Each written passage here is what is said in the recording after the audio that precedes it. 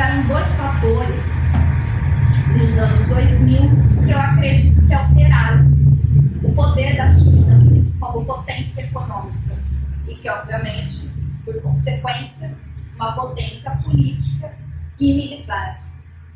A China investiu em duas coisas durante a crise de 2008. A China aumentou a exportação de determinados produtos relacionados a commodities. A China aumentou o consumo interno, direcionou o consumo interno para os setores que a China achava que deveria colocar 1,5 bilhão de pessoas para consumir e criou o maior plano de infraestrutura da história moderna, que é a Nova Rota da Seda. A Nova Rota da Seda foi criada em 2013. É um plano de infraestrutura que promove portos, aeroportos, rodovias, ferrovias, linhas de 5G, um corredor verde que conecta o mundo todo, colocando a China no centro como o maior país que consegue conectar todo o mercado mundial através daqui. Por duas vias, uma marítima e uma terrestre. E todos os acontecimentos geopolíticos de hoje estão claramente ligados a este plano. É um plano de mais de $1 trilhão. Os maiores bancos chineses estão envolvidos, as maiores empresas chinesas estão envolvidas. Empresas, de qualquer forma, multinacionais de outros países acabam sendo envolvidos porque a China tem subsidiários das suas empresas estatais que conseguem lidar com o mercado privado dos países do mundo todo, tendo presença nesses setores mundialmente, diminuindo seu risco de informação fácil feita do mercado. A China, com a Nova Rota da Seda, não é apenas um plano de conectar o mundo. Define setores, cadeias de produção para a China com maior valor agregado. Economicamente, as nossas contas, pela economia vigente, a nossa balança comercial, teoricamente, precisa dar zero. Superávit é positivo no caso que internamente os gastos sejam mais elevados do que as receitas.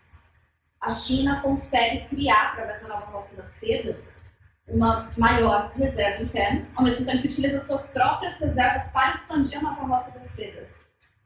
É uma estratégia de internacionalização do Yuan, é uma estratégia de colocar Huawei e Xiaomi como empresas de ponta de tecnologia. É um plano que muda, de certa forma, toda a ordem global. E o Ocidente percebeu isso um pouco tarde. Tanto que há 2 anos, 1 ano atrás, os Estados Unidos tentou lançar a nova Rota da Seda do Ocidente com mais alguns países, mas não tem o mesmo impacto. Eles não entenderam o que a China estava fazendo durante décadas. Planejamento, e provavelmente há planejamento dos próximos 50 anos na nova Rota da Seda. E só para concluir, para entender determinados conflitos que envolvem a China, alguns de vocês já devem ter ouvido falar sobre a questão de Xinjiang, ou a questão de Taiwan, ou uma coisa relativamente a Hong Kong. O mar do sul da China está completamente cercado. Cercado pelo Japão, cercado pelas parcerias dos Estados Unidos com a Coreia do Sul. Os Estados Unidos está com a China, está com a Austrália. Montou basicamente um quadrilátero securitário no Mar do Sul da China, que impede atualmente a concretização da nova Rota da Seda ou sua expansão por via marítima.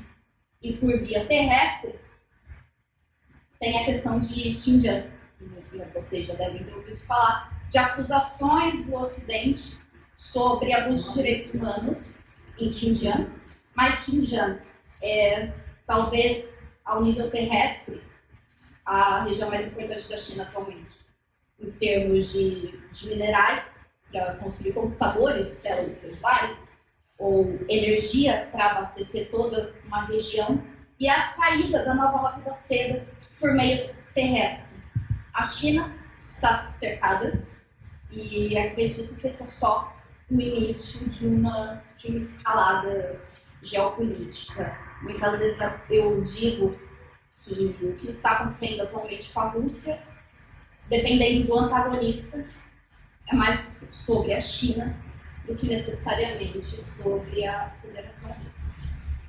Já viu? E agora a gente queria escutar a sua opinião, principalmente você que trabalha na ONU, que escritório na ONU e tem uma visão mais ocidental, né? Mas está mais próximo da visão ocidental de toda essa reorganização geopolítica.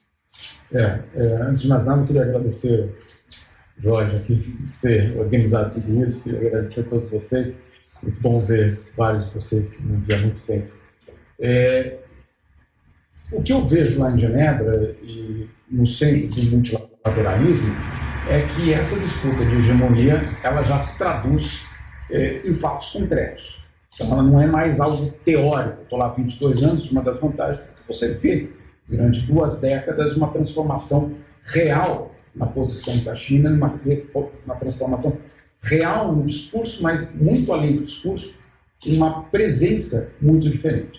Eu vou dar 4 exemplos para vocês, relativamente rápido. Eu não sou acadêmico, então, como jornalista, eu só trago esses fatos e conto para você depois para me explicar o que eles significam. Mas os 4 acontecimentos foram o seguinte. O primeiro deles, quando Donald Trump assume e sinaliza de alguma forma um olhar para dentro do seu próprio território, para dentro dos Estados Unidos, um nacionalismo talvez mais exacerbado, ele deixa órfão o multilateralismo. Né? E o multilateralismo, aquele que foi criado no pós-Segunda Guerra Mundial, e há um enorme desespero, a Ana está aqui para não deixar o mentir sozinho, há um enorme desespero do sistema multilateral sobre o que vai ser dessas instituições criadas no pós-Segunda Guerra Mundial, com a ausência americana. Eis que, e eu me lembro muito bem desse dia, aparece o Xi Jinping na ONU, em Genebra, esvazia o prédio, todos os funcionários estão para casa mais cedo, e ele faria então um discurso na sala principal da ONU em Genebra, em defesa do multilateralismo. E aquele foi um discurso que foi bastante importante, porque ele se apresenta como o garante do multilateralismo, já que aquele outro fundador do multilateralismo ou estava visitando ou estava com problemas internos que precisavam ser resolvidos. E aquilo foi muito simbólico por vários motivos. Um deles para a imprensa, porque a imprensa não foi autorizada a entrar na sala. E claro, como imprensa, vocês podem imaginar a insatisfação muito grande. E aí nós nos perguntamos, que multilateralismo vai ser esse? Em que a imprensa não será permitida, ou pelo menos será controlada quando acontecer. Esses foram uns episódios, e sim, ele chegou e desembarcou e disse, o multilateralismo faz parte do DNA da China.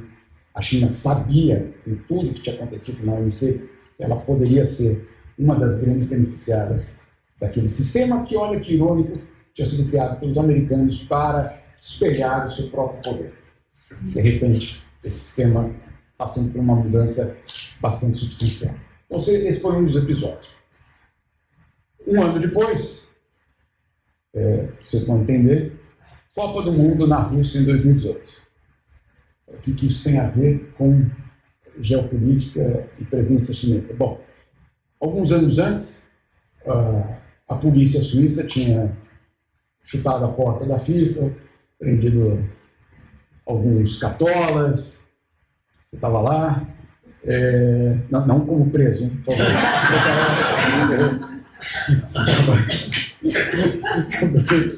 favor. Desculpa. E aquilo ali faz com que haja uma transformação no sistema de financiamento do futebol mundial, que era baseado, olha só, em empresas multinacionais americanas, Nike, Coca-Cola e tantas outras. E aí uma grande preocupação mundial, como será financiado o futebol sem as multinacionais americanas? Quando chega na Rússia, na Copa do Mundo na Rússia, quando o primeiro jogo vai ser iniciado, a gente se depara com cartazes em volta do gramado inteiro, todos escritos em chinês. Os chineses foram e ocuparam o espaço que tinha sido deixado pelas empresas multinacionais americanas. Era curioso porque a gente descobriu a dimensão da nossa ignorância quando a gente perguntou para um chinês que estava perto da nossa ala de imprensa o que era aquela marca ali na frente. E ele olha, né, meio assustado, e fala: é o nosso iogurte preferido. A gente não sabia nem o que eram aquelas marcas que tinham desembarcado e tomado conta do maior evento esportivo do mundo, que é a Copa do Mundo. Então, esse é um outro episódio que também marca. O terceiro episódio, que também foi muito importante, agora muito mais recentemente, em Glasgow, na COP, na cúpula do clima, uma grande incerteza se aquela cúpula terminaria com um acordo ou não, muita dúvida mesmo em relação à capacidade dos países de chegarem a um acordo, e eis que, um dia antes, americanos e chineses fecharam um acordo climático que permitiu que o mundo fechasse um acordo climático. Um acordo mínimo, um acordo que obviamente não atende às mudanças que o mundo precisa, etc., etc., mas um acordo global só foi possível quando houve, antes, um acordo entre China e Estados Unidos. Esse foi o terceiro episódio. E o quarto episódio, já neste ano, agora em julho, na OMC, voltando à OMC, depois de mais de, se eu não me engano, mais de um ano e meio de negociações sobre propriedade intelectual das vacinas da Covid, um acordo é apresentado, e esse acordo também, mais uma vez, uma grande questão se ele conseguiria ser fechado ou não, se os europeus aceitariam ou não aquele acordo. E eis que, na noite anterior, isso na verdade foi de madrugada, China e Estados Unidos fecham um acordo de propriedade intelectual sobre vacinas da Covid, o que permite que haja um acordo no dia seguinte, um acordo global. Então, é impossível hoje pensar em acordos globais que não passem antes por algum diálogo e algum entendimento entre essas duas potências. E por isso que a crise atual em Taiwan, e eu posso estar muito enganado, mas Taiwan é só parte dessa história, quando a China, ou do outro lado, os americanos anunciam uma ruptura do diálogo no capítulo de migração, no capítulo de crime internacional, etc., etc., é ali que é a grande preocupação mundial. Porque você vê a ruptura daqueles dois atores que, juntos, podem fazer com que esses acordos aconteçam. Então, o que nós vimos aí nos últimos anos, respondendo a sua pergunta, é uma transformação enorme dessa presença da China. A China que, na maioria das vezes, por anos, fazia discursos que nós, como imprensa, a gente dizia água com água, ou seja, que absolutamente não diziam nada, e que, de repente, agora fazem discursos extremamente contundentes e extremamente presentes. Prova de que é um país que sabe que ocupa hoje um outro lugar no mundo. Esse é o cenário, eu espero que alguém me explique. Bom, eu acho que a próxima pergunta ela vai dando uma continuidade a essas duas exposições que eles fizeram. Que é, por exemplo, na visão de vocês, como que é possível falar de democratização nos países que são afetados por essas disputas hegemônicas? E aí, né, se a gente for citar, vamos citar aí dois grandes exemplos que eu acho que são os que mais atingem, né, a opinião pública global no momento, que é o conflito Rússia-Ucrânia, né, que tem tudo a ver com essa questão dessa reorganização, né, política. E aí também posso citar a questão Israel e Palestina, mas eu estou citando essas duas, né, a gente tem vários outros conflitos no mundo, né, que poderiam ser usados como exemplo, mas como então falar de democratização desses países que precisam lidar com esses choques de hegemonia entre as potências, né, que mandam no nosso planeta. Eu vou retomar talvez um ponto no começo da última resposta sobre as organizações internacionais, que depois o Jamil, se quiser, entre todos os detalhes possíveis relacionados à ONU.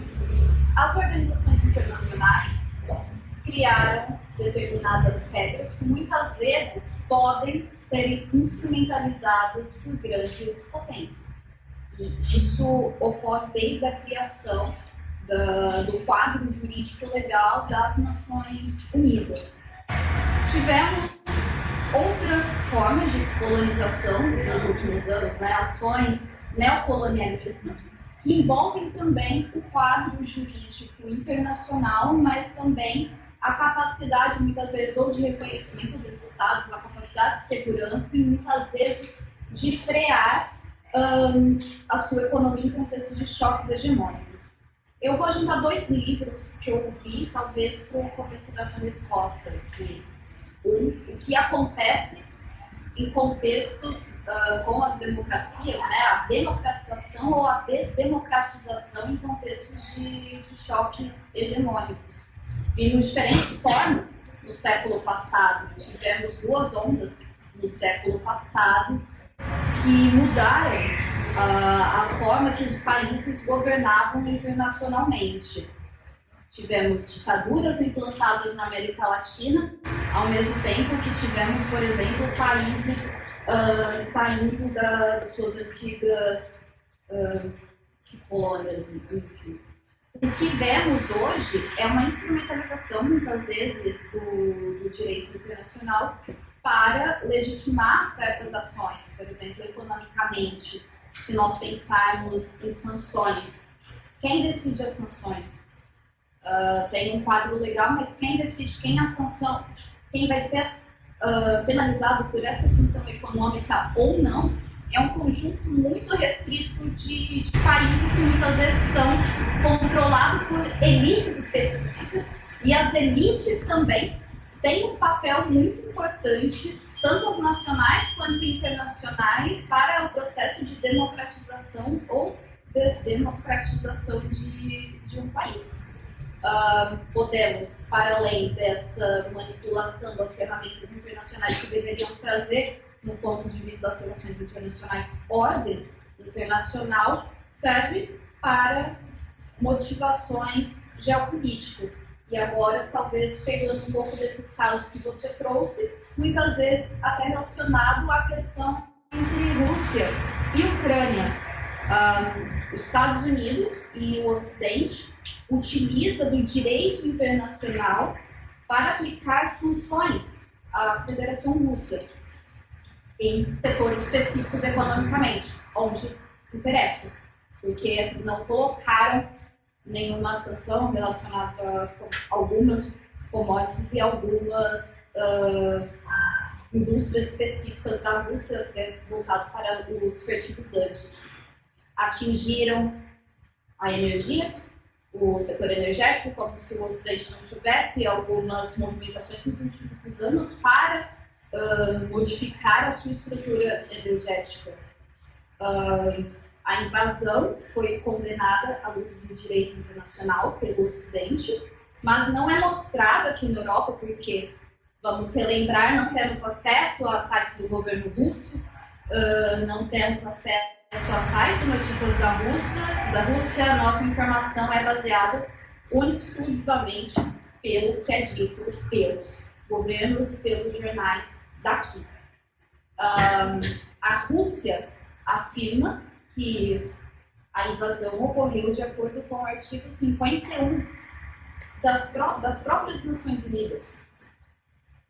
Poucas pessoas que eu converso sobre o tema Rússia sabem sobre este ponto que eu acredito que seja fundamental. Vemos as repúblicas de Donetsk e Lugansk nos últimos 10 anos em conflito, e isso nós podemos estar a cônsul Carolina Bernardes, uma cônsul russa, que fez uma explicação para a gente sobre isso.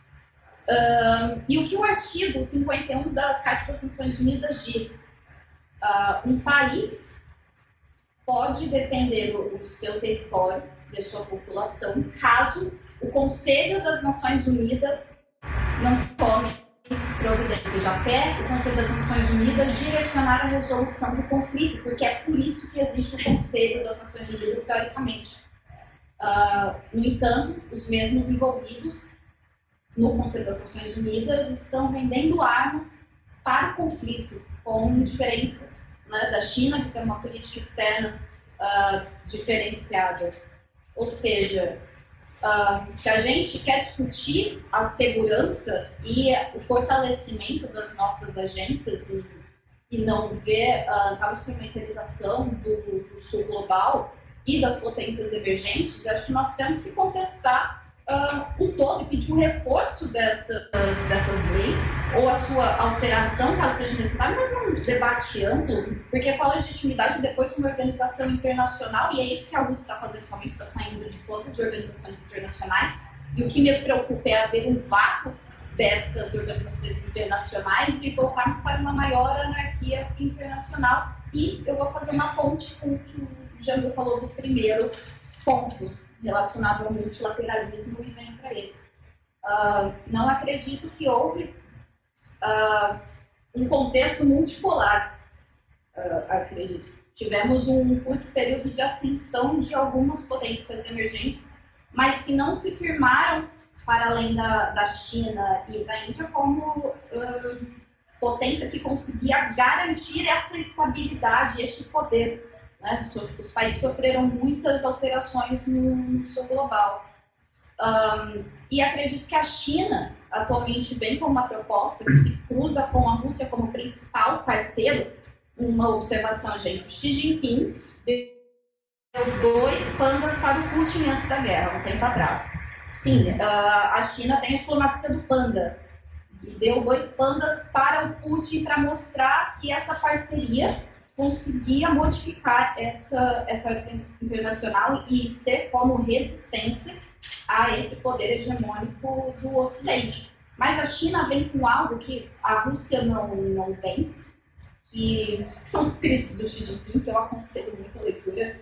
Não sei se vocês ouviram falar do desenvolvimento humano para o futuro compartilhado que o Xi Jinping defende há 3 anos e que está sendo reformulado com os escritos do Xi Jinping, que é: a evolução econômica da China tem que ser guiada por princípios marxistas.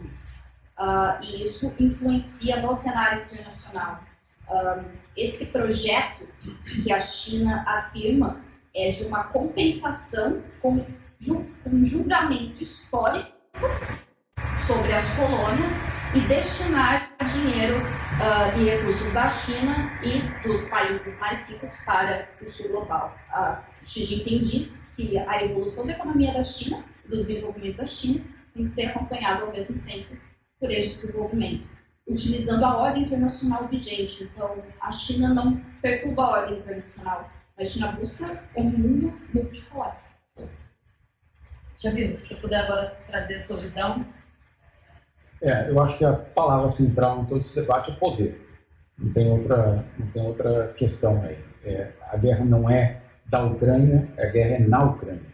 A questão não é Taiwan, não é de Taiwan, a questão é em Taiwan. Porque, de fato, o que está sendo redesenhado são as fronteiras e essas influências, essas áreas de influência. E aí, de todos os lados, de absolutamente todos os lados, a busca é por poder. E isso a gente precisa reconhecer. Não adianta esconder isso. Em 2016, eu fui para a Crimeia e as sanções já tinham sido instaladas, né? E foi muito interessante entender que elas cumpriam um papel muito hipócrita, porque de um lado elas serviam para o Ocidente dizer: olha só, nós tomamos ação contra a Rússia, e de outro lado a Rússia dizer para a sua população: olha só como estão tentando nos asfixiar. Então, elas cumpriram um papel cômodo para todos. Quando eu cheguei lá, foi extremamente divertido descobrir que o senso de humor prevalece. E aí, não sei se vocês já viram fotos, eu tinha pelo menos ignorância, posso confirmar aqui, que Crimeia tinha uma coisa relacionada com a Segunda Guerra Mundial, uma cúpula, com a definição. Crimeia é um lugar espetacular de praia, né? É muito bonito, Crimeia. E você chega lá e você leva aquele susto dessa ignorância nossa ocidental, né? Que de fato é um lugar muito bonito. E tem uma parte ali no porto principal que é uma espécie de calçadão, em todas as lojas, etc. E aí foi muito interessante ver o impacto o não impacto das sanções, porque as sanções significaram que as empresas ocidentais tiveram que sair da Crimeia. Saíram. E aí, de uma forma muito divertida, outros ocuparam. Então, por exemplo, Kentucky Fried Chicken foi embora e virou o Crimean Fried Chicken. Né? Mantiveram exatamente tudo igual, só trocaram Crimean em vez de Kentucky. Né? Pouco mais, alguns meses depois, tinha um McDonald's. O McDonald's foi embora. Aí, tudo igualzinho, com as mesmas cores, etc., colocaram uma placa na porta dizendo: nossos funcionários têm experiência internacional. Né? E no final do calçadão era o lugar que estavam os Starbucks, e que também mantiveram tudo igual e colocaram Starducks. Né? Também trocaram uma letra só. Ou seja, aquilo ali era uma grande piada para a população, pelo menos daquele local. Né? Agora, eu cumpri uma função muito clara. O Ocidente anunciava que sanções tinham sido impostas, e do outro lado, para dizer: olha só que injustos os ocidentais que estão nos colocando sanções. Óbvio que a situação hoje é muito diferente. Óbvio que ela tem um outro impacto completamente diferente. Agora, o que a gente está descobrindo é que as sanções do Ocidente, elas já não têm mais a capacidade de asfixiar sozinhos uma economia do tamanho da Rússia, quando, do outro lado, nós temos os BRICS, ou, mais especificamente, a China e a Índia importando petróleo e outros produtos. É parte, entre aspas, da democratização do cenário internacional, que torna mais difícil que uma potência sozinha possa asfixiar ou criar um constrangimento do outro lado. No caso do Brasil, especificamente, nos 6 primeiros meses desse ano, as importações de produtos russos mais do que dobraram. Né? Então, o Brasil vai no sentido contrário às sanções e, na verdade, aumenta de uma forma exponencial as importações de bens russos. Isso é também parte desse nessa nova configuração. Mas eu insisto, para qualquer um desses debates, qualquer um dessas avaliações, seja o Ucrânia, seja a questão de Taiwan, a gente precisa colocar, sublinhar de uma forma muito clara a palavra poder. É isso que está em jogo, para todos, sem nenhuma dúvida e sem nenhuma tentativa de esconder. Só lembrei uma historinha, e aqui eu não estou defendendo um lado ou outro, não é essa a questão. Mas eu, como jornalista, eu tenho uma questão central, que é acesso à informação. Acesso à informação é a minha matéria-prima. Sem isso, eu não posso trabalhar. E sem a capacidade de usar aquela informação e publicar, eu tampouco posso trabalhar. E aí a minha pergunta que a gente faz, não só eu, mas vários da imprensa, nós nos fazemos na ONU, é o que aconteceria se o modelo chinês de imprensa fosse estabelecido no multilateralismo. O que aconteceria se o modelo russo de imprensa fosse estabelecido para a cobertura internacional? Eu não teria como escrever. Eu fiz essa pergunta no começo da Covid Eu fiz essa pergunta para o embaixador da China, porque o embaixador da China, rapidamente, na OMS, convocou a imprensa internacional para dizer: fiquem tranquilos, vamos ser transparentes daqui. Eu falei: ótimo. E aí eu perguntei para ele: vocês vão ser tão transparentes quanto o fato de que até hoje a foto de Tiananmen, com os tanques e aquele senhor na frente dos tanques, aquela foto ainda é hoje proibida na China. Vocês vão ser tão transparentes quanto isso ou vão ser melhores? E ele falou: isso não tem nada a ver com o que eu estava falando. Então, eu concordo. Ok. Mas a minha pergunta como imprensa é se eu vou ter acesso à informação e se eu vou ter a liberdade de escrever essas informações. Essas duas questões, para mim, são centrais. Mas, voltando, poder é a palavra-chave nesse debate. Bom, antes da gente direcionar toda essa discussão para o Brasil e para a América Latina, já que nós estamos aqui na Casa do Brasil, eu queria agradecer também o espaço que a Casa do Brasil nos ofereceu aqui, para a gente poder trazer o Jamil, trazer a Carol, para a gente poder fazer esse debate e compartilhar todas essas informações com vocês. E aí, a gente, pegando esse gancho dessas duas explanações que vocês fizeram, a gente recentemente teve aí um evento do qual o ministro da Economia do Brasil, Paulo Guedes, que eu acho que todo mundo aqui deve conhecer, ele teve uma fala assim, emblemática em que ele dizia que se a Europa não se readequasse, ou, né, ele usou até a palavra, qual foi a palavra? Ele falou, se o mercado europeu não se abrisse para o Brasil, a Europa passaria a ser irrelevante para a economia brasileira. E quando a gente pensa em economia brasileira, a gente pensa na economia da América Latina, né, sul-americana e América Latina também, né, devido ao impacto que o Brasil tem ali naquela região.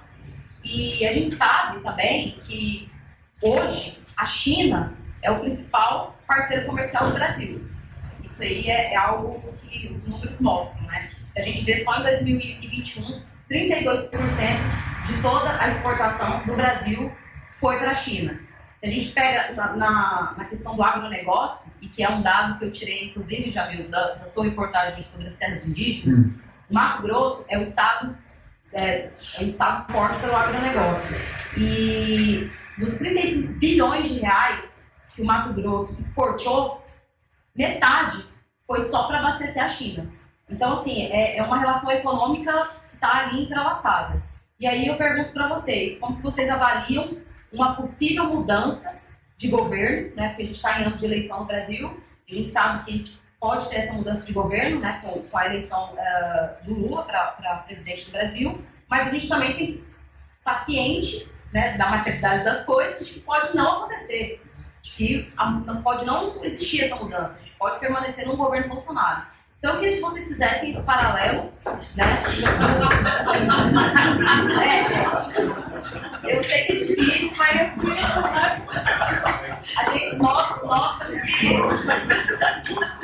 a gente tem que se preparar para as duas realidades, para as duas situações, né? Então, é importante ter essas duas visões. E vocês que, né, trabalham com isso diariamente, estão à frente de pesquisa, de produção jornalística, eu queria que vocês fizessem essa avaliação de como isso pode, o que nos espera, né, como países do sul global que estão aí enfrentando essa luta, né, em relação a essa reorganização geopolítica.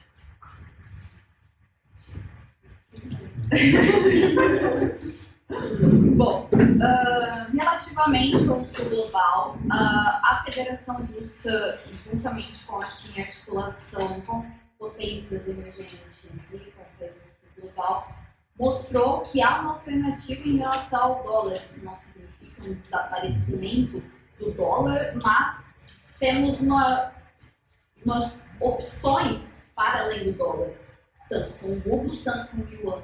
O que nós vimos foi um maior fluxo dessas duas moedas em relação ao dólar. Nós vimos a queda do rublo, depois um aumento do valor do rublo. Vimos um temor internacional relativamente à capacidade da Rússia de exportar e encontrou essas alternativas do sul global, porque, na minha opinião, muitos governantes europeus têm a dificuldade de enxergar o próprio sul global como alternativa. E também como alternativa dos seus próprios problemas do sul global, Eu acho que a questão da China na América Latina é que a China representa, para além de um parceiro estratégico, não só para o Brasil, mas pelo restante da América Latina, investimento e importação e exportação, mas é um modelo econômico novo. A China puxa as fronteiras da ciência social e das ciências econômicas. A China tem um partido forte, consegue controlar a sua economia, tem a soberania financeira garantida por diferentes mecanismos e respostas a crises diferentes do que o modelo de Washington, que é, no caso, as instituições econômicas que o Ocidente impulsionou no último século, né, como o Banco Mundial, FMI, instituições que tiveram presentes no pós-crise e pediram medidas de austeridade com essa racionalidade do mercado que nós conhecemos, que não usa essa racionalidade quando pode ter lucro na frente. E pediu o quê? Medidas de austeridade, pediu o quê? Corte no investimento, pediu corte nas despesas. O que nós vemos na China foi totalmente o contrário, foi a utilização das suas reservas, foi a combinação de diferentes fatores macroprodutivos durante 4 décadas, mas garantindo a soberania nacional. E nenhum país no mundo tem tanto controle de sua economia como a China. O governo chinês, eu comento com alguns amigos que eu vi um sinólogo dizendo, o partido é o mesmo, mas vai ver as políticas econômicas e sociais da China nos últimos 40 anos. Aqui muda partido a cada 4 anos e as políticas são completamente iguais.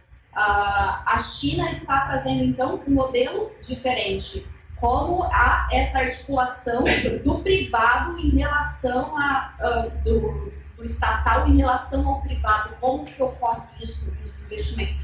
O que a China traz é o modelo de Pequim, é o consenso de Pequim, o consenso econômico de Pequim.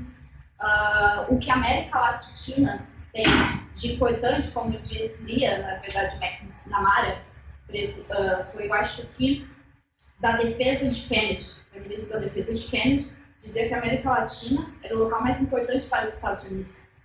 O Brasil, tem como a China, principal parceiro dos Estados Unidos, vocês já sabem, é uma extensão natural da nova rota da seda, desse projeto da China de conectar.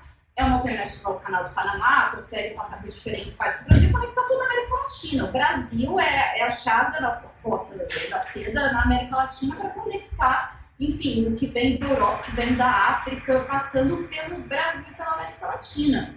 Mas a China não vai impor, porque a China não impõe nada aos países. A China, quando vai prestar uma ajuda para a América Latina ou para a África ou para a Ásia, não pede a mudança do seu sistema econômico, a China não pede uma mudança do seu sistema político. Já os Estados Unidos, ou o Ocidente, negociações internacionais, pedem essas mudanças de acordo, né, com toda uma série de instrumentos. Ou seja, eu não me assusta, sinceramente, uma maior cooperação entre África, ou entre América Latina e China, porque a China nunca furou a soberania de nenhum país latino-americano, mas quem implantou ditaduras e temos casos de disputa de presidentes da República foi os Estados Unidos. E a China não vai obrigar ninguém a utilizar o seu modelo, acredito.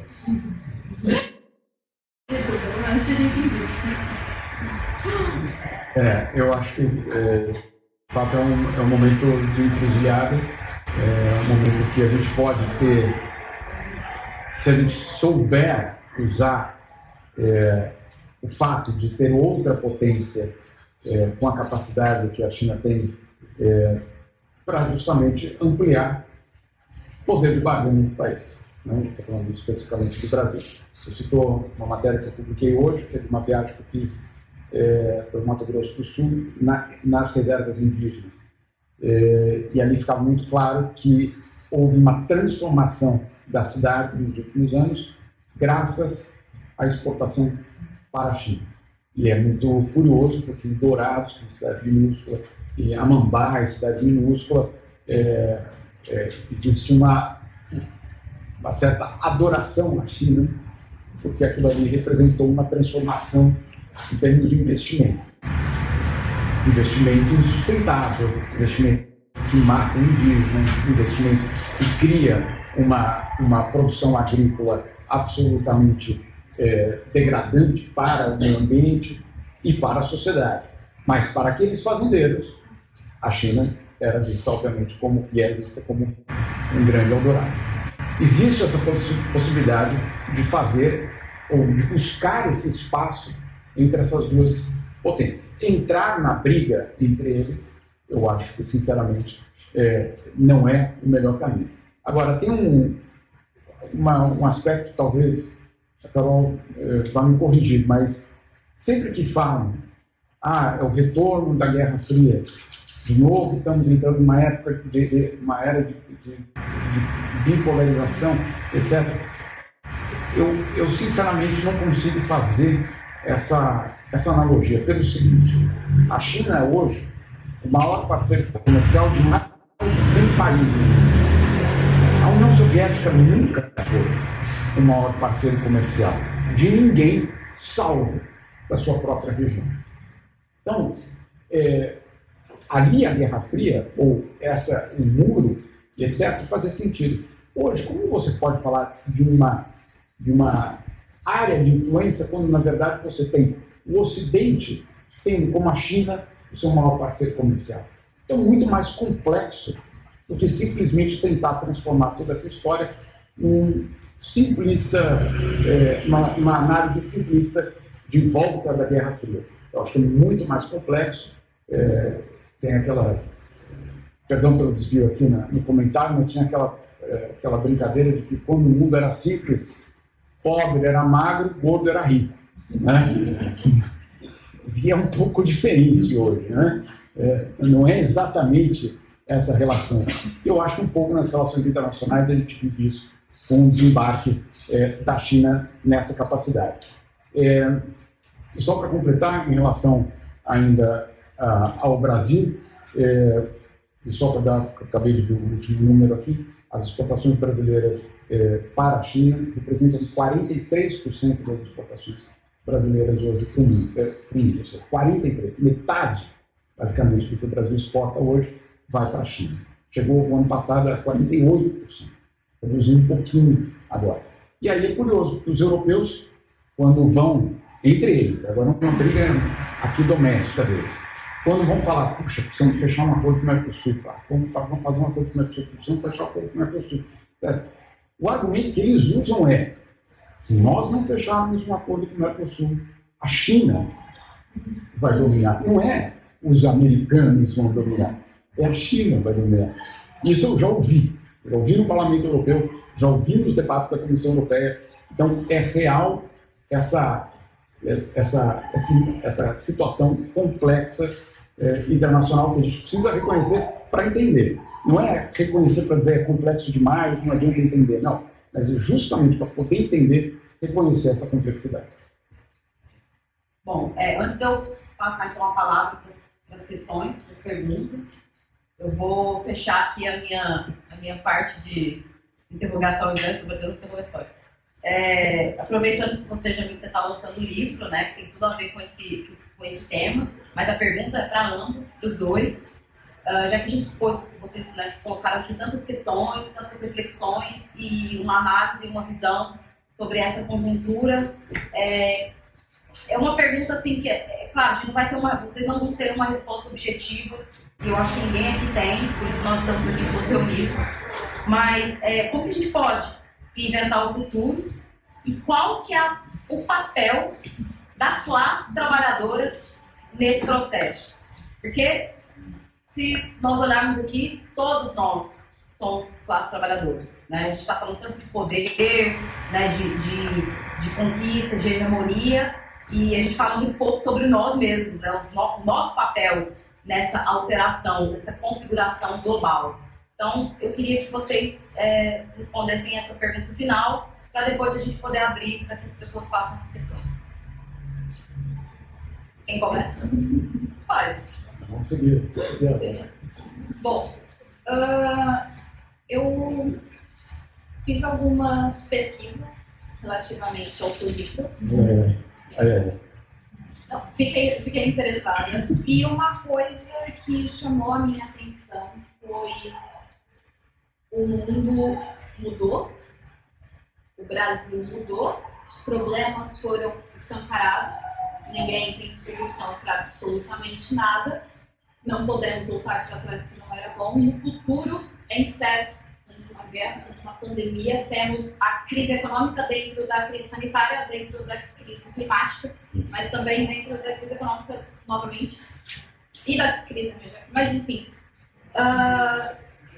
e externamente, cada vez um vácuo maior internacional. Como eu disse anteriormente, talvez esse seja meu maior medo, mas talvez também uma oportunidade. Quando eu costumo falar de China, ou das ideias de China, que a República Popular da China defende, eu tenho um certo otimismo. Podemos falar relacionado ao poder, que não deixa de ser uma potência, que sim, em alguns países podem aparecer acordos que muitas vezes nós podemos questionar a retórica com a prática, mas é uma luz que a gente não tinha visto nas últimas décadas. Eu não lembro de ter visto um presidente nos últimos anos escrevendo um livro de 600 páginas afirmando, olha, precisamos alterar as organizações internacionais com responsabilidade de fazer uma transferência de renda a nível global com foco na África, porque isso daí foi um resultado de todo mundo. Isso me enche de esperança. Não estou falando que eu quero a China como, enfim, uma potência unipolar, mas não, um começo de um multipolar, de uma real reestruturação das nossas organizações internacionais e realmente pensar há um novo modelo, há um país que desde o começo da pandemia nós vimos que mesmo com toda a retórica anti-China existente, associando a China ao vírus, uma coisa que eu não esperava ver, o aumento da sinofobia e russofobia, que é vergonhosa. A China enviou ajuda, a China enviou vacinas, a China tem uma política de 0 casos que as pessoas sim criticam, mas a China fala da responsabilidade e legitimidade, porque uma abertura num país de 1,7 bilhão causaria a morte de mais de 10 bilhões de pessoas, na melhor das hipóteses, no período de 1 ano.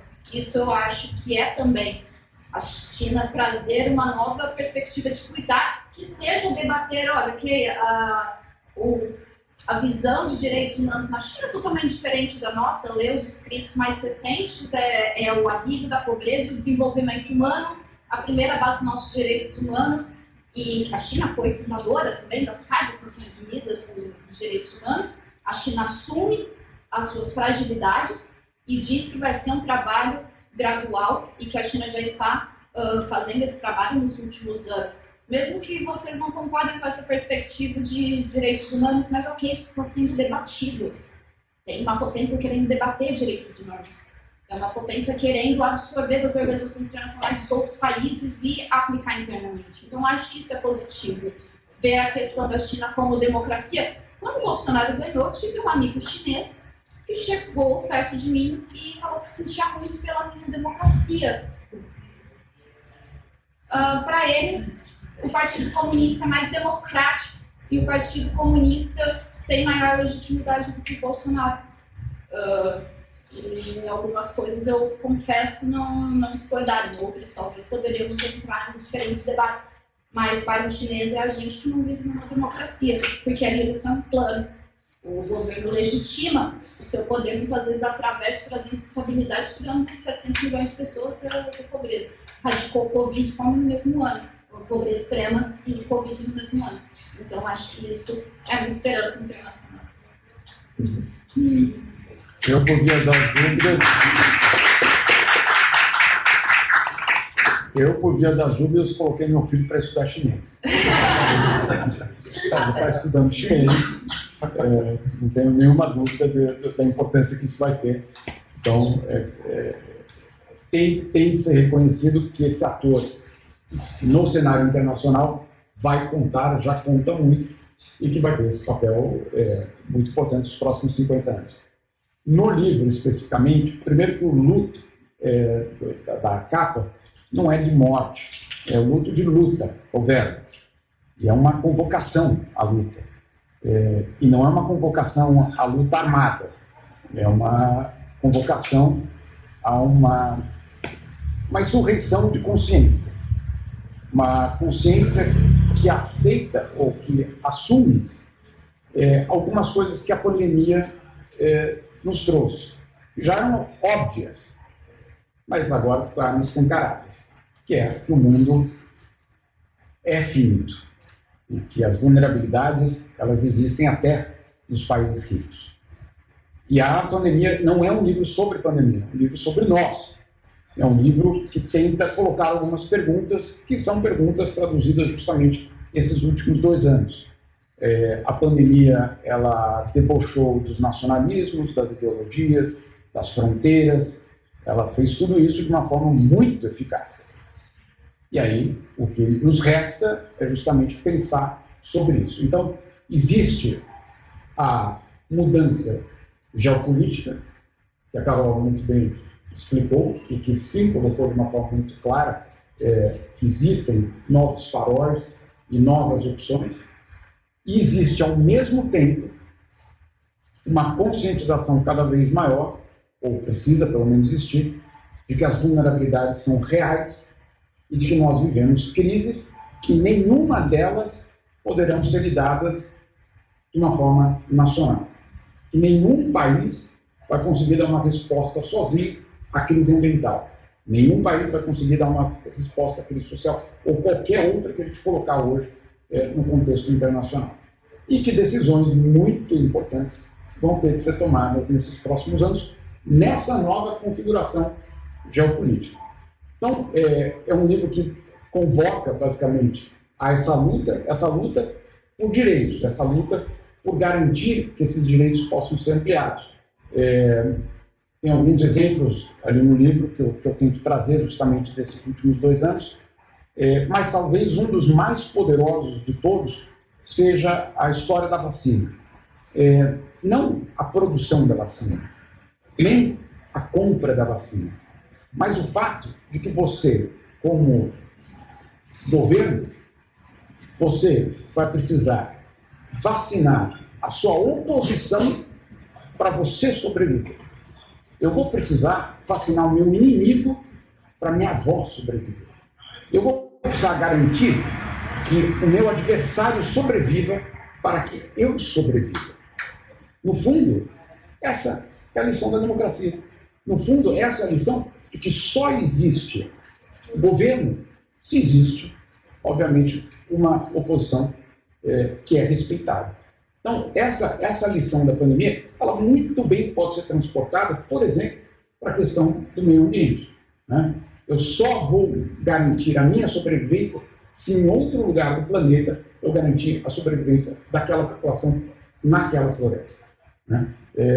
A Mirna está aqui, ela é editora da minha revista favorita, a revista Pessoa, e a gente escreveu uma carta na revista dela, que justamente tinha um debate, que também para o livro traz, que é sobre aquela ideia que sim, o neoliberalismo se apropriou da sobrevivência do mais forte. Né? Que é isso que faz, basicamente, que algum avanço possa acontecer. E os últimos estudos, inclusive ambientais, inclusive da biologia, mostram que, de fato, nas florestas, o que faz sobreviver a floresta é a cooperação e não a concorrência. E aí, obviamente, é uma mudança de paradigma gigantesca se a gente pensar o que isso significa para nós mesmos. Então é um livro, não se assustem, não é um livro sobre o passado, não é um livro sobre a pandemia, é um livro sobre como, eventualmente, a gente pode repensar o futuro. Um detalhe que eu acho que é fundamental, que é que a gente não pode abrir mão do amor. A gente não vai acabar com o ódio com mais ódio.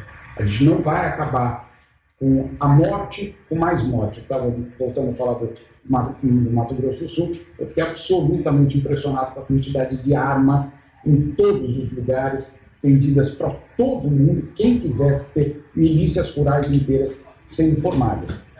Agora, não é não é o amor adolescente, que é espetacular, né? Vamos concordar com isso, ninguém vai reclamar disso. Mas é o amor como política pública. E amor como política pública o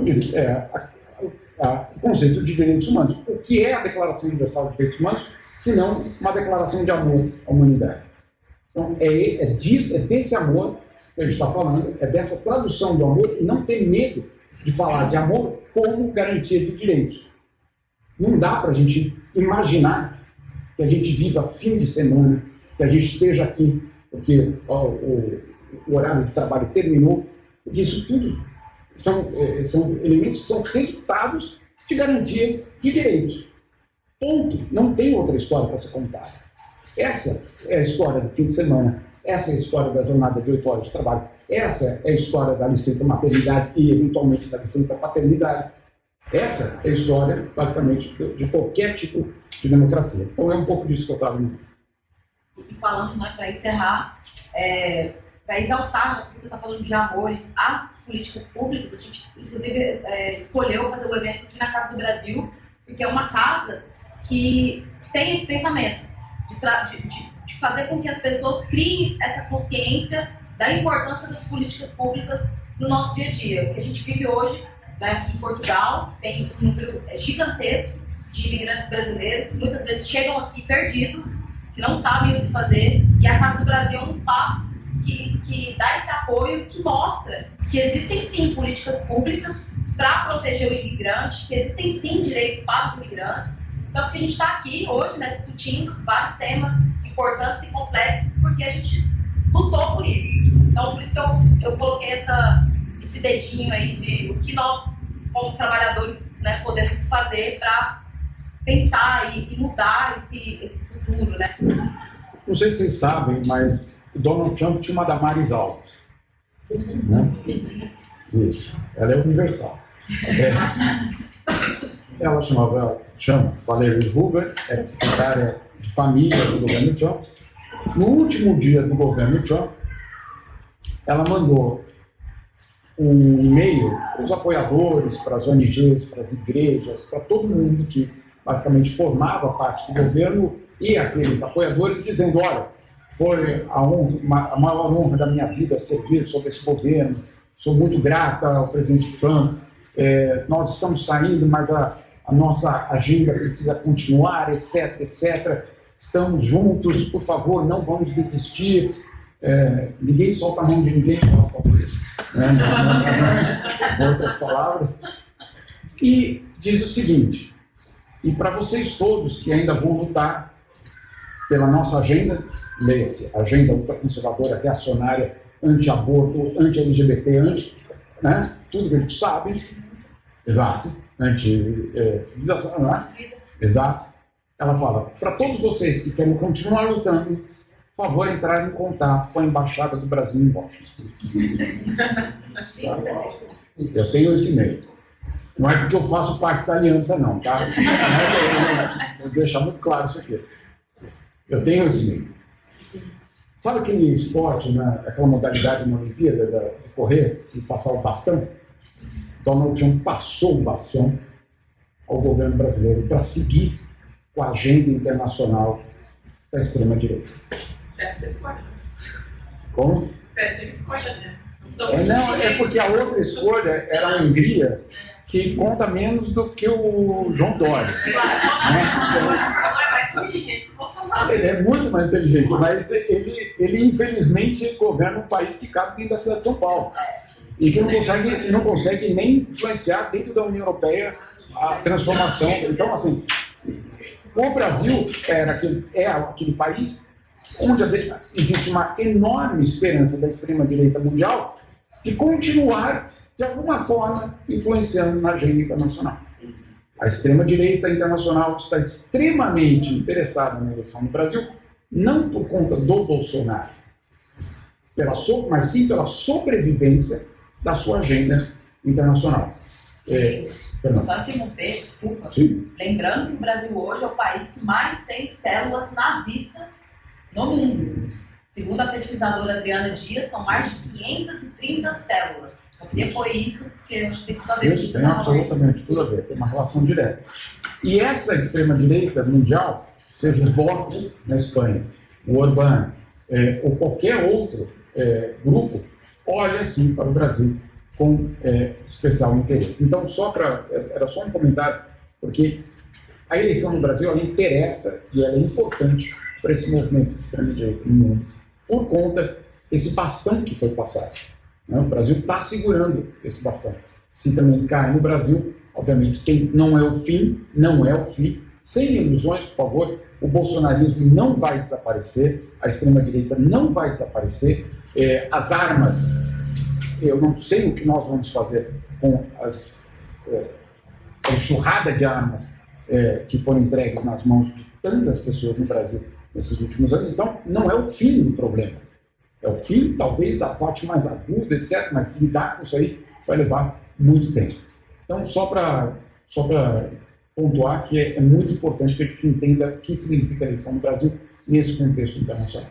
Sobre a questão da imprensa, me preocupa muito, muito, porque eu já fui detido na Rússia, tá bom, eu exagerei, eu escrevi sobre o emir do Catar,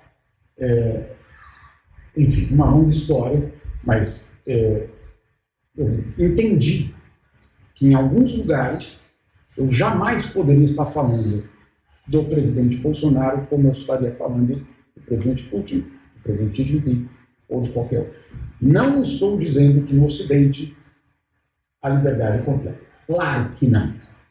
Né? É óbvio que não. Todos nós que trabalhamos em redações sabemos que tem temas proibidos.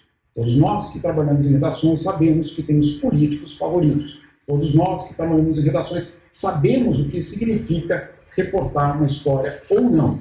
Não há nenhuma ilusão sobre isso. Não há nenhuma ilusão sobre isso. Meu problema é se isso é algo generalizado. E aí eu tenho uma séria preocupação, porque isso, na ONU, dentro da instituição, isso já começa a ser a realidade. Essa já começa a ser, quando o Xi Jinping entra numa sala e diz, imprensa fora, eu preciso me preocupar. Eu, como jornalista, preciso me preocupar. Ah, mas isso não é tudo. Ok, eu entendo. E tanto faz, se está o Joe Biden ali e fala e de todo jeito manipula, ok, isso é grave? Obviamente é grave. Agora, eu, como jornalista, eu preciso defender a minha função de justamente ter acesso à informação. E isso me preocupa muito na China, na Rússia e em vários outros lugares do mundo. Então, essa é uma preocupação que eu pessoalmente tenho, porque eu sei que o que nós vivemos, por exemplo, no Brasil, que também é extremamente grave, não é o Vicente que é atacado. Quer dizer, ele pode ser atacado pessoalmente. Não é a Mina que é pessoalmente atacada. Só. Nós somos atacados porque o que está sob ataque é a democracia. E o jornalismo é uma das infraestruturas da democracia. Então, a gente precisa entender por que a imprensa é atacada na democracia. Porque ela justamente serve ao fortalecimento da democracia. Quando eu tenho um ataque contra um jornalista, a vítima é a sociedade, que não vai ter a capacidade, eventualmente, de se informar. E não adianta dizer todos podemos ser jornalistas. Não estou defendendo a minha profissão, mas estou defendendo o seguinte: eu, para escrever a matéria sobre os indígenas no Mato Grosso do Sul, precisei de um mês para ouvir a Polícia Federal, a Polícia Civil, a FUNAI, o Ministério do Meio Ambiente, o Ministério, a CEPOM. Aí eu pergunto, qual cidadão que antes de publicar uma reportagem, um vídeo, qualquer informação, vai ouvir 5 órgãos do Estado para saber o outro lado e poder atuar? Então, o trabalho do jornalismo é você poder conectar todas essas informações e ter esse acesso. Qual é o grande drama hoje no Brasil? Tenho certeza que meus colegas aqui sabem disso. É quando você pede uma informação para o Ministério e o Ministério te ignora homericamente. Nem para xingar.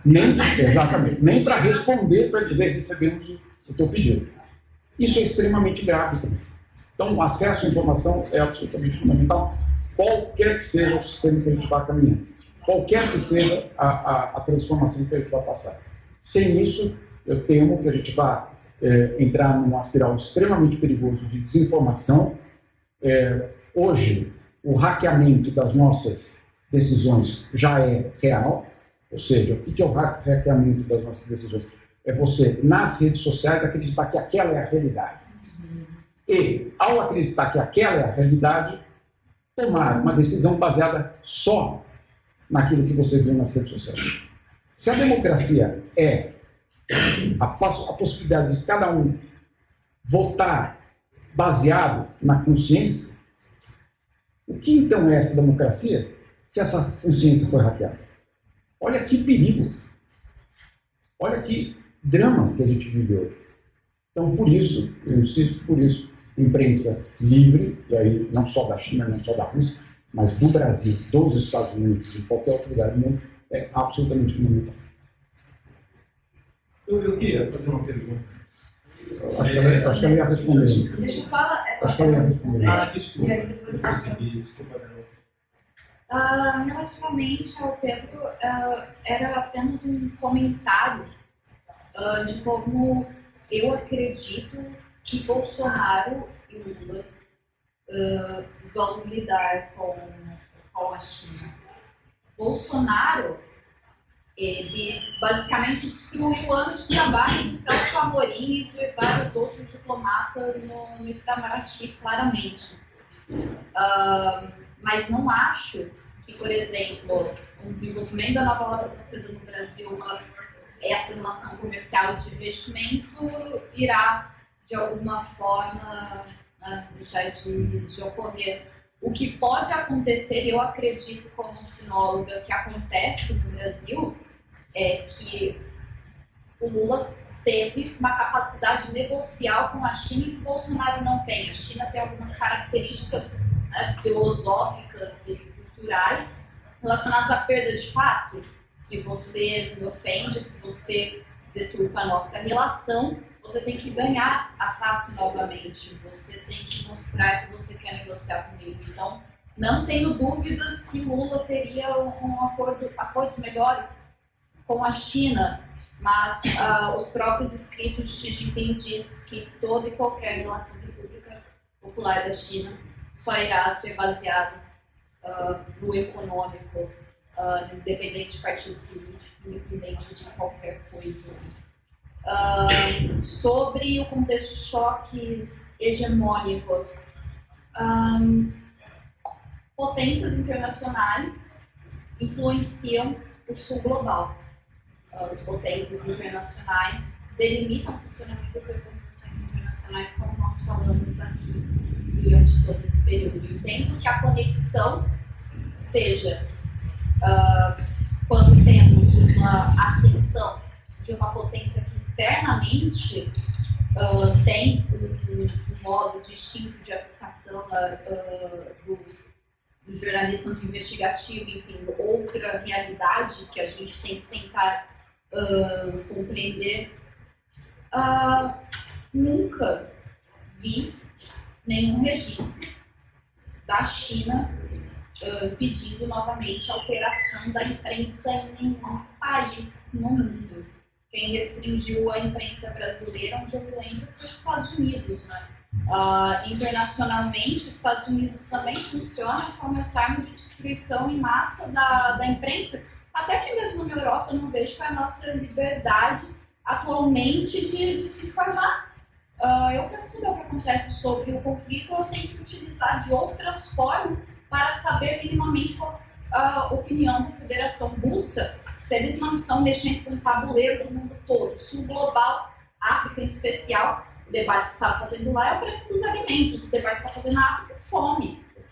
E a gente está discutindo aqui sanções econômicas que foram aprovadas através de todo um confinamento de informações que interessa aos governos ocidentais para legitimar um efeito CNN. Passou na televisão durante dias e dias e dias imagens sobre o que estava acontecendo na Ucrânia, ninguém viu posicionamento russo nenhum, não viu o que estava acontecendo né, não só agora, mas nos últimos anos, nas repúblicas do Donetsk, como eu me sinto na liberdade aqui do que está acontecendo na Rússia. Que liberdade? A gente não está tendo liberdade para definir as nossas opiniões, e as pessoas que foram para a rua a favor das sanções aqui também não tiveram essa manipulação.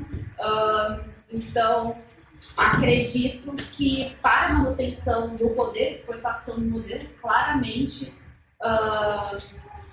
haverá esse contato, mas eu realmente sou um pouco cética, talvez, sobre essa tentativa de manipular o jornalismo dos países em si.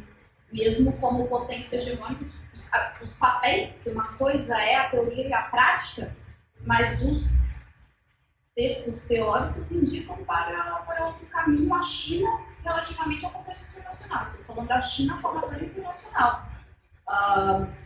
E acredito que teremos que buscar compreender o que a China propõe, obviamente estar atentos a todo tipo qualquer de desinformação que alimenta todo esse sentimento anti-China e anti-Rússia.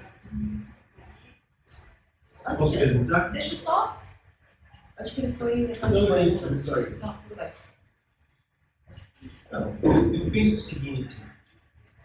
É só o seu nome. É Ricardo, eu não sou jornalista, sou engenheiro, mas me interesso um pouco por política, por geopolítica e por história.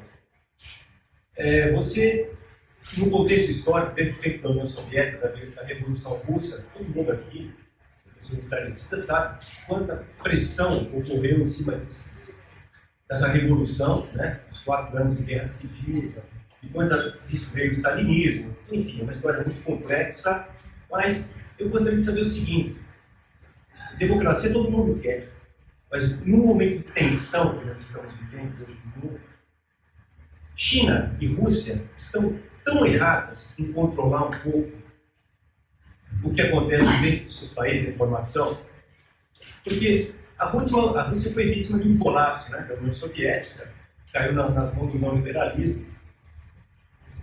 Favoráveis a não a Putin, houve um resgate da economia russa. A Rússia se impôs de novo no mundo. E, diante dessas guerras híbridas que a gente tem assistido no mundo, que é uma coisa impressionante, que de repente ela começa uma centelha e o país tudo se desestabiliza. Esse controle exercido por Rússia e China, principalmente, vamos dizer assim, né, são as principais potências que se aliaram aí, estaria tão errado? Eu fico pensando, se eu fosse um dirigente dentro do Partido Comunista da China, eu teria que dar essa liberdade toda, porque, queira ou não queira, o Brasil está cheio de traidores. O Brasil está cheio de traidores, de quizzings, né, dentro do Brasil. Nós vimos o papel que a imprensa nos propiciou, com a prisão de papel nefasto da imprensa, né, capitalista, que ela fez contra o próprio país, né, alçando o Sérgio Moro, aquelas coisas horrorosas que nós assistimos todos. Então, esses países, exercendo um certo controle, num momento tão tenso do mundo, onde eles querem também se desenvolver como potência, eles estariam tão errados. Eu sei que o quanto deve ser incômodo para você, como jornalista, qualquer um que exerce sua profissão, ser impedido de fazer. Tá? Eu tenho a sensação de que é uma necessidade do momento que vivem esses países. Como a própria União Soviética, né? Tudo bem, a coisa pode sair fora de controle, você pode cair na mão, nosso medo é esse, cair na mão de pessoas nefastas e controlar, mas como uma estratégia de país, no momento que nós vivemos, dentro das técnicas que a gente vê de guerra híbrida no mundo, eu não considero isso uma coisa, por mais que te incomode, eu acho que é uma necessidade desse país hoje se proteger. Porque a coisa, eles lutam contra poderes titânicos. Titânicos, essa é a verdade. O capital financeiro anglo-americano é o que está por trás dessa guerra, na minha opinião. É o que produziu essa guerra, né? Me assusta ver a Europa calada desse jeito. A Europa empobrecendo, né? O povo... Eu cheguei aqui em Portugal. O papel da imprensa hoje no mundo ocidental é vergonhoso. É nojento. Eu ligo a televisão, porque estou há 2 meses em Portugal, você liga a televisão aqui, é no mundo inteiro. A Rússia come criancinha, bombardeia orfanato. Só a Rússia mata nessa guerra. Só a Rússia mata. Qualquer coisa, a Anistia Internacional foi lá agora e fez um relatório. Eu vi um monte aí de pessoas que dão declarações aí de especialistas na imprensa chocados. Chocados. Quer dizer, para mim, são pessoas que se vendem do sistema. Se vendem do sistema. A Anistia Internacional tem que voltar atrás. Até, né? Está voltando atrás de uma parte do relatório.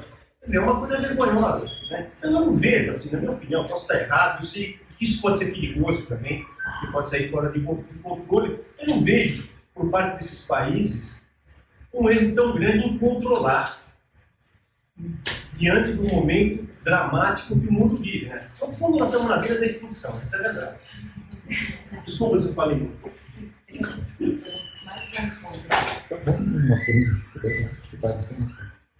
Olha, eu entendo o teu posicionamento, porque o questionamento da imprensa ele é real e ele precisa acontecer. Vou contar uma historinha muito breve para exemplificar a destruição da nossa própria credibilidade. Tá? E a gente entender como existe uma simetria em relação à credibilidade de uma outra coisa que você vai entender. Por algum mistério que eu até hoje não entendi, eu estou num grupo de zap dos ultramilionários de São Paulo. Eu não sei o que aconteceu, eu não sei. Eu acho que eles, negócio, ele mora na Suíça, tem conta na Suíça, deve poder fazer. Deve ser alguma coisa.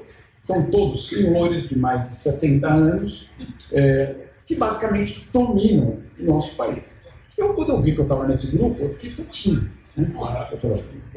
Eu falei, aquele negócio, eu vou descobrir como eles vivem, como se reproduzem, o pessoal da Globo, né? E mandar as figurinhas, né? Todo. Caramba, eu vou ver e ouvir, basicamente, o que são essas pessoas. Muito bem. E chega um momento que, no auge da pandemia, a gente morrendo sem parar. Um deles escreve com letra maiúscula, a bandeirinha do Brasil, sinais religiosos, sabe de onde vem, né? Todas aquelas coisas, né? Muito características, dizendo, estamos salvos, a pandemia acabou, e não sei o que e tal, agora acabou, está provado que a cloroquina funciona. E aí todos lá embaixo, bravo, espetacular, vamos voltar ao normal, etc. Eu fiquei pensando, caramba, esses velhinhos vão morrer. Né? Eu preciso avisar, porque eu estou em Genebra, acompanhando a OMS. Uma semana antes daquela mensagem, a OMS tinha feito uma declaração de que a cloroquina não funciona, e vamos deixar aqui muito claro, ninguém torceu contra a cloroquina. Simplesmente ela não funcionou. Não existia uma ideologia de combater a cloroquina, não existia. A OMS fez todos os testes em, se eu não me engano, 800 hospitais do mundo para chegar à conclusão que não funcionava.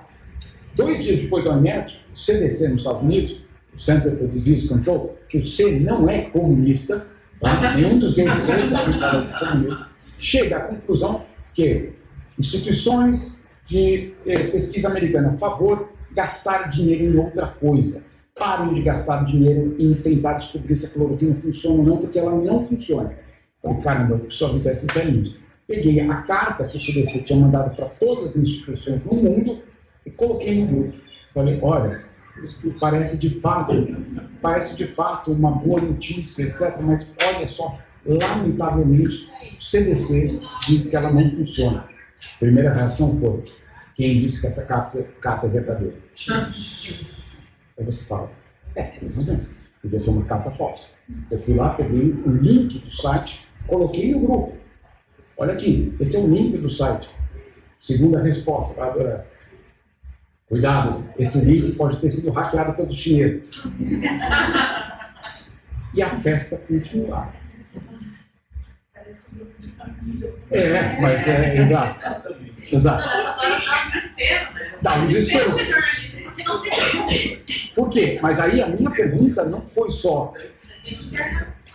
Perdão pela palavra, fudeu. Aqui em Portugal pode, não tem problema. Aqui não pode. Aqui pode. Pode. Por quê? Não é só porque a gente está perdendo a guerra. Minha pergunta ali foi: o que faz a credibilidade do jornalismo ser mais baixa do que uma mensagem sem fonte que eu quero dizer, sem referência, de um WhatsApp? Aí vem tem várias teorias já sobre isso, dizendo, pô, não, mas meu tio que me mandou isso, cara, meu tio me ama, meu tio me pegou no colo quando eu era pequeno. Você acha que ele vai mandar uma mentira para mim? Claro que não. Esse é o meu amigo que mandou, cara, esse meu amigo, eu bebo cerveja com ele desde os 18 anos de idade ali no bar. Claro que eu confio mais no meu amigo, no meu tio lá, alguém que me ama, do que esses comunistas da imprensa. É uma política. Exato. Tudo comunista. Tudo. Ele vai ser mistura tudo. Mas a minha pergunta é a tua pergunta. Como fazer para restabelecer a credibilidade da imprensa no Ocidente? Essa pergunta é real. Essa pergunta precisa ser feita. E a gente precisa fazer essa pergunta. A minha hipótese é que a gente só vai recuperar se a gente fizer mais jornalismo, não menos jornalismo. Se a gente assumir o que é apuração, se a gente for guiado pelos fatos, estava todo dia brincando, fazer algum tipo de revolução dos fatos, né? Fazer isso acontecer. É o caminho que pode restabelecer algum tipo de confiança. A tua desconfiança. Eu não estou te comparando com um grupo de WhatsApp, não é isso. Mas a pergunta é a mesma. Por que existe essa desconfiança em relação a nós? Porque, sim, como você colocou, sim, existe. Vou dar um outro exemplo que é ainda mais dramático. Perdão por voltar para um assunto que vocês sabem que eu gosto. Copa do Mundo. Né? Quem é que transmite os jogos da Copa do Mundo? Quais são as emissoras? Não estou falando do Brasil, não precisa voltar na questão da Globo. No mundo, quem transmite uma Copa do Mundo é a emissora que comprou o direito de transmitir. Sabe o que é essa emissora? Ela é parceira do evento. Ela é cúmplice da corrupção na construção do Maracanã. Ela é cúmplice de um ditador no Catar que vai usar a Copa do Mundo para lustrar a sua imagem pelo mundo. Então, essa emissora, você acha que é essa emissora que pagou milhões e que precisa recuperar esse dinheiro, vai falar contra aquele evento? Jamais. Então, o modelo está falido. Né? E no Gata fala, a imprensa oficial é um dos rostos do poder, das faces do poder. Ela faz parte do jogo. Ela está, a mão ela é paga. Não quero dizer todos os jornalistas, eu sempre tenho dissidentes, mas hoje o cara para sobreviver, eu não sou da área de imprensa, o cara para sobreviver às vezes numa redação, ele obrigava a catar o que vem de cima, né? Que é jogado em cima dele. Então é difícil para você remar contra. Por isso que eu falo, a resposta é mais jornalismo e não menos. É uma luta titânica. Concordo. Contra um monstro. O que me deixou chocado nessa experiência, eu tenho 61 anos de idade, de ver como o mundo inteiro, ocidental pelo menos, falou a mesma coisa em todos os lugares e tomou as mesmas atitudes. Isso, para mim, mostrou uma coisa. O poder está na mão de muitos poucos. Quando você vê uma série de empresas sair ao mesmo tempo da Rússia, você vê que há uma vinculação entre todo esse poder.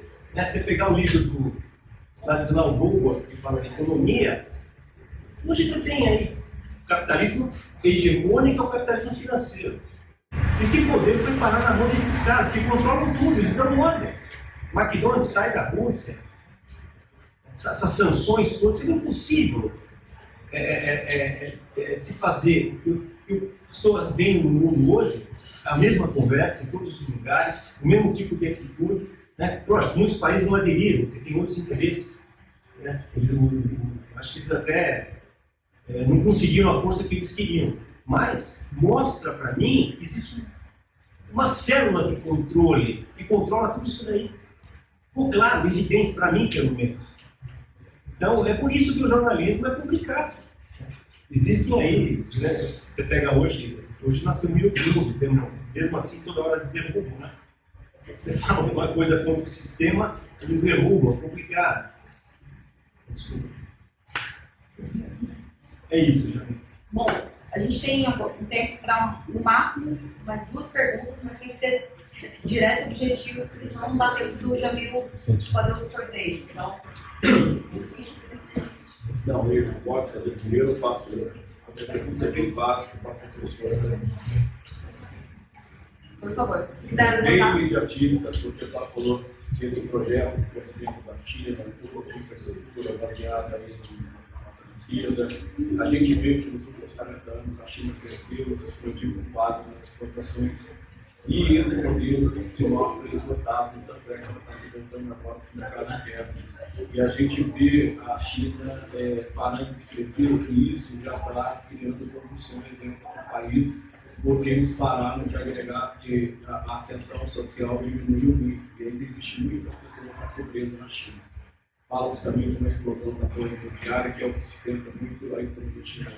Como é que a senhora vê essa questão? A China vai conseguir sobreviver isso, e essa opção pelo mercado interno é suficiente para manter a China com potência? Como é que ela vai lidar com essas tensões sociais? Quando falamos do mercado chinês, nós estamos falando do número de quase 1,6 bilhão de pessoas. A China, por mais que utilizasse da sua vantagem na balança comercial, conseguia criar um investimento sustentável das suas empresas para essa presença internacional que acabava gerando mais lucros internamente. É claro que nós estamos atualmente num contexto em que o consumo claramente cai internacionalmente, na China não poderia ser diferente, e consequentemente tudo relacionado também ao consumo interno. Mas externamente, acredito que a China está num contexto muito particular, que é claro que nós vemos um desenvolvimento nos próximos anos. O próprio Partido Comunista Chinês prevê um aumento do crescimento do PIB e do consumo nos próximos anos. Isso não se alterou. A China cresceu mais de 10% muitas vezes em muitos anos, enquanto vê a China crescendo 4%, numa previsão do FMI, no contexto da economia mundial, vai crescer 2%. A gente tem que lembrar que a China está crescendo acima da meta. A China tem alguns problemas internos que, na verdade, não chegou talvez no momento mais tenso economicamente. A China, o grande problema econômico da China vai ser daqui a algumas décadas, na verdade, com o envelhecimento da população chinesa.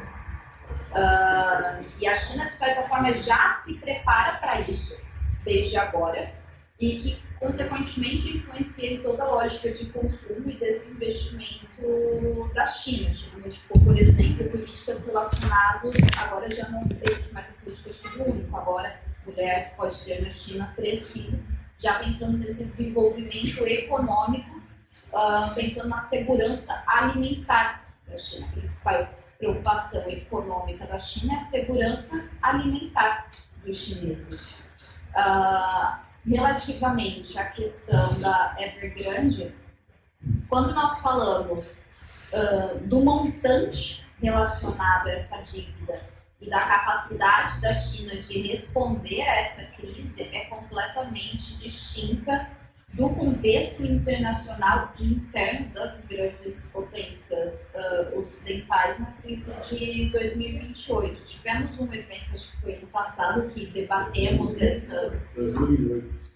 Que nós debatemos a questão da Evergrande, e o que os economistas internacionais apontavam relativamente a isso é que, apesar da China estar no momento em que o consumo impacta a compra de habitação, o controle que o governo chinês tem relativamente ao impacto é considerável ao ponto de acalmar o mercado.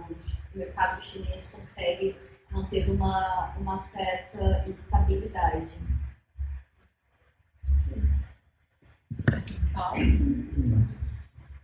Vamos para a última pergunta, porque senão a gente não consegue abrir o espaço para o Jamil poder fotografar os livros e fazer as devidas Bom, selfies, enfim. Por favor.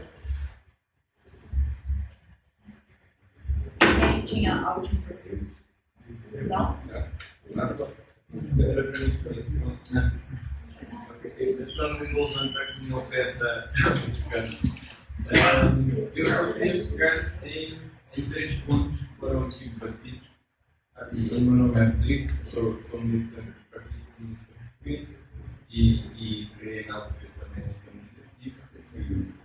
São raras as oportunidades que temos de debater China cá em Portugal sem que se trate de pura demagogia orientalíssima e orientalismo, para quem tem idealizado falta de conceitos de generalidade quanto a tudo que é cultura oriental, que é algo plenamente difundido no nosso país. E queria focar então aqui na questão central do jornalismo. O que é que vai ser a liberdade do jornalista, o que é que vai ser a função do jornalista para a nossa democracia. E eu queria então começar pelo primeiro ponto, que seria, e aqui, com todo o respeito, vou até citar o camarada João de Manuel esta matéria.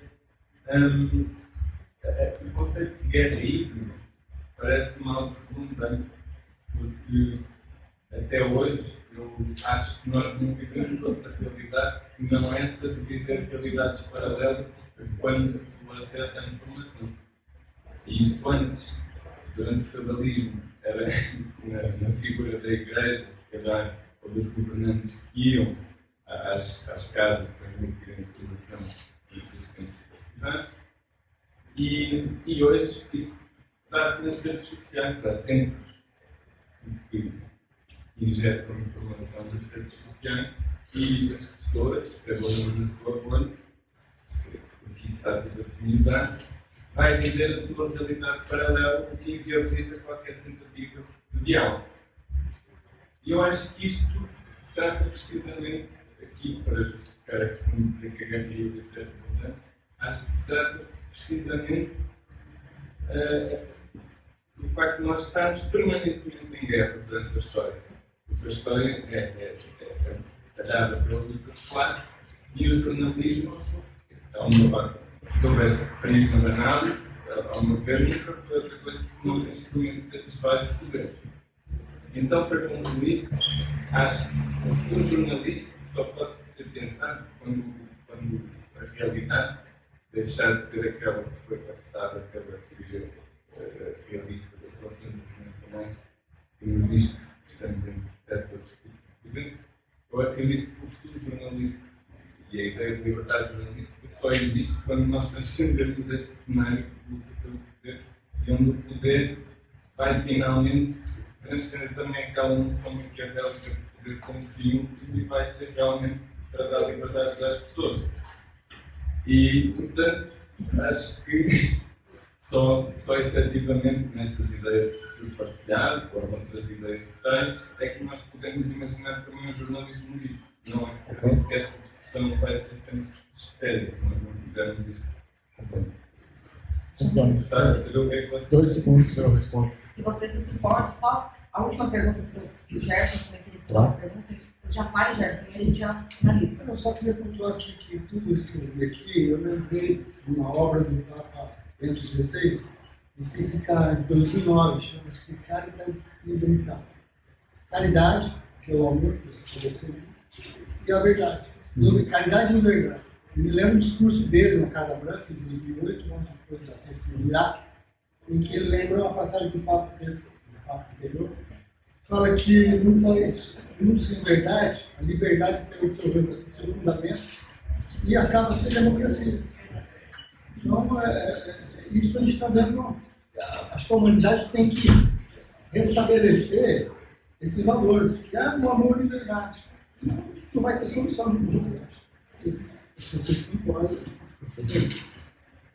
Eu vou só fazer uma. Eu acho que você tem toda a razão. Tem 2 aspectos da questão por exemplo, na guerra da Rússia ou na Ucrânia, que ficam evidentes, dessa intolerância dos 2 lados. Sempre que na imprensa é difícil falar imprensa ocidental, porque qual imprensa ocidental? Né? É difícil, mas vai. Um grupo dentro da imprensa ocidental questionou a expansão da OTAN. A resposta foi: você está defendendo Putin. Então não podemos debater a expansão da OTAN, ou podemos. Né? Então, é uma questão. Do outro lado, tive com Muratov, editor russo, que ganhou o Prêmio Nobel da Paz, que fez uma capa espetacular, para mim, uma das melhores capas de jornal da história, quando a palavra guerra foi proibida na Rússia. Vamos só lembrar, a palavra guerra foi proibida na Rússia. E aí a capa do jornal era: que bom que a palavra paz ainda não foi proibida. É espetacular uma capa dessa. O que fizeram as bancas de jornais? Se recusaram a colocar o jornal dele à venda. E algumas semanas depois, ele fechou. Então, para a gente entender que dos dois lados é extremamente difícil, que é extremamente complicado você imaginar que de um lado você não pode escrever a palavra guerra para algo que é obviamente uma guerra. E do outro lado, é um absurdo não poder discutir a expansão da OTAN, quando ela obviamente aconteceu. Então é um debate que a gente precisa ter, mas eu insisto, a minha visão de solução, porque eu não estou aqui propondo nada, mas é mais jornalismo. É mais jornalismo. Não um medo de lidar com, por exemplo, essa questão. O problema é que em alguns países significa morte. Significa morte de verdade. Não morte financeira da pessoa só. O assassinato de pessoas. Né? Então, ultimamente a tendência não tem sido a morte, tem sido prisão. Né? Prisão por escrever a palavra guerra, ou prisão por questionar. Então, eu questiono qualquer limitação que eu tiver, econômica, financeira, editorial, política e ideológica, e até de fé. Se alguém vier e fala, não pode falar, senão a gente cai no outro erro.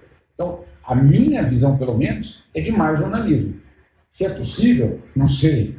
Se é compatível com o mundo, eu não sei, mas eu não posso abrir mão dela. Se eu abrir mão, eu já morri. Você trouxe esse exemplo da Rússia e a gente pode voltar para o nosso próprio exemplo do Brasil, Sim. que aconteceu com o Dom Phillips e com o Bruno. Sim, Dom sim, Phillips sim. era um jornalista do The Guardian, Sim. foi brutalmente assassinado porque ele estava denunciando o que estava acontecendo na Amazônia. E o Então, Assange? com certeza. Sim. A liberdade do Assange é uma Uma questão. coisa vergonhosa. É vergonhosa, Vergonhosa. o Assange. Para quem fala em direitos humanos e democracia, é uma hora de vomitar. Com certeza. E aí a gente pode elencar aqui vários exemplos, né, de Bem liberdade de jornalismo Bem cerceado. lembrado. Lauro Neto também aqui, que está sendo cerceado, porque trabalha na Sputnik, é um jornalista da Sputnik Brasil, que cobre Portugal e as questões de imigração, e não tem nada a ver com a questão do conflito Rússia-Ucrânia. Ele estava aqui fazendo um trabalho para denunciar os problemas da imigração. E por ter tirado do ar a Sputnik, ele não tem, as reportagens dele estão cerceadas, ele não tem condição mais de fazer o trabalho dele. Então, é claro, é um debate, né, importante, a gente tem que estar atento a isso, e são as contradições da luta, né? A gente tem esses momentos de contradições, e fazer um evento como esse e abrir esse debate, eu acho que é uma das alternativas e da solução para a gente chegar aí num melhor para todos, né? Bom, eu queria agradecer todo mundo que compareceu, agradecer o Jamil, agradecer a Carol, agradecer o Fernando, que está ali na técnica para poder fazer a transmissão, agradecer ao Jorge, do coletivo Revolu, que fez com que tudo isso aqui pudesse acontecer, agradecer a Cíntia, presidente da Casa do Brasil, que colocou aqui um espaço para a gente. Que legal. E é isso.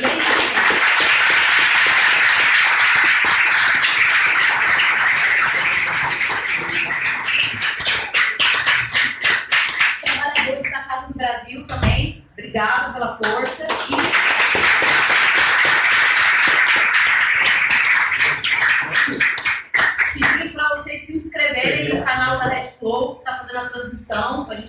fazer isso mais vezes ao longo dos meses, mais eventos.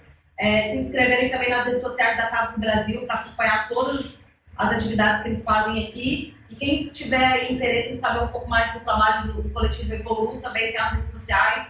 É só procurar o Jorge ou nas próprias redes que vocês vão encontrar. E sobre o livro do Jamil, a gente fez um sorteio. Eu usei aqui o aplicativo, depois eu vou publicar nas redes para as pessoas verem. E quem ganhou foi a Daniele Nakamura. Ela foi a sorteada. Não sei se ela está aqui, se ela está... Ela não está aqui, ela mora no Porto, mas é uma amiga minha, ela que me avisou do evento.